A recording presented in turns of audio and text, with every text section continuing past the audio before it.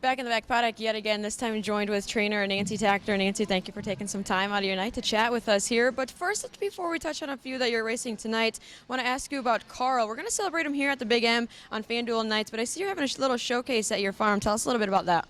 Yeah, Diamond Creek is going to do an open house at our farm on November 30th. There's more information will be, put out by Diamond Creek in the next couple of days. But the plan is, just to have an opportunity for breeders and people that want to see Carl up close to have the opportunity to do that and come out and see him at, his home environment until he leaves for Diamond Creek. That's very thoughtful, and it just gives people a little opportunity to see him up close and personal. Maybe not at the races, more comfortable at his home setting. Yeah, he's an absolutely gorgeous horse, and I think it gives people the opportunity not only to see, how gorgeous he is conformationally, but also, maybe get a little closer to him and just see what a cool horse he is, because he really does have the coolest personality. Now you're sending out 3 tonight, possibly all prepping for FanDuel weekend. Here in the 4th, you're going to send out the heavy favorites, Captain Optimistic.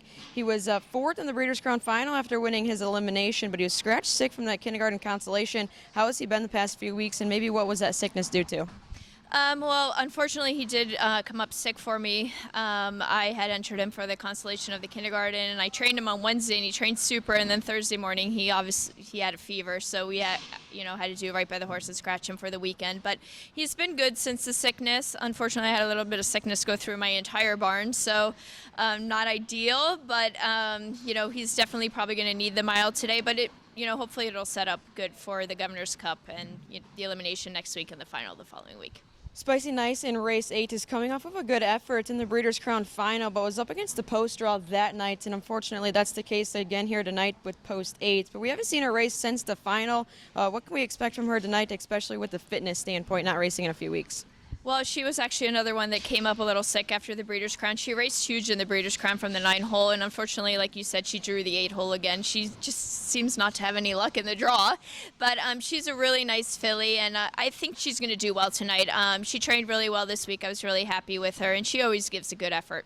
And a horse I'm excited to see tonight. I'm sure plenty other people are excited to see him back in action in the feature is Winner's Bet. Just what a phenomenal season he's had from start to finish, really. And at Scioto, we saw him go first up for what I thought was forever that night watching it live there. But we've seen Dex kind of move him to the front. What do you think his strongest attribute is? Do you think he likes the target or prefers the front end fighting off horses? Actually, I don't really think it matters for him. He's a very honest horse, and he's very handy. I think that Dex could probably pretty much do anything that he wants with him at this point.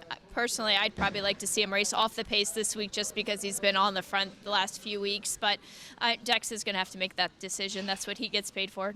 Is he a horse that the time off doesn't really concern you, just kind of late in the season? He's should be tight all season, or does a few weeks off bother you a little bit?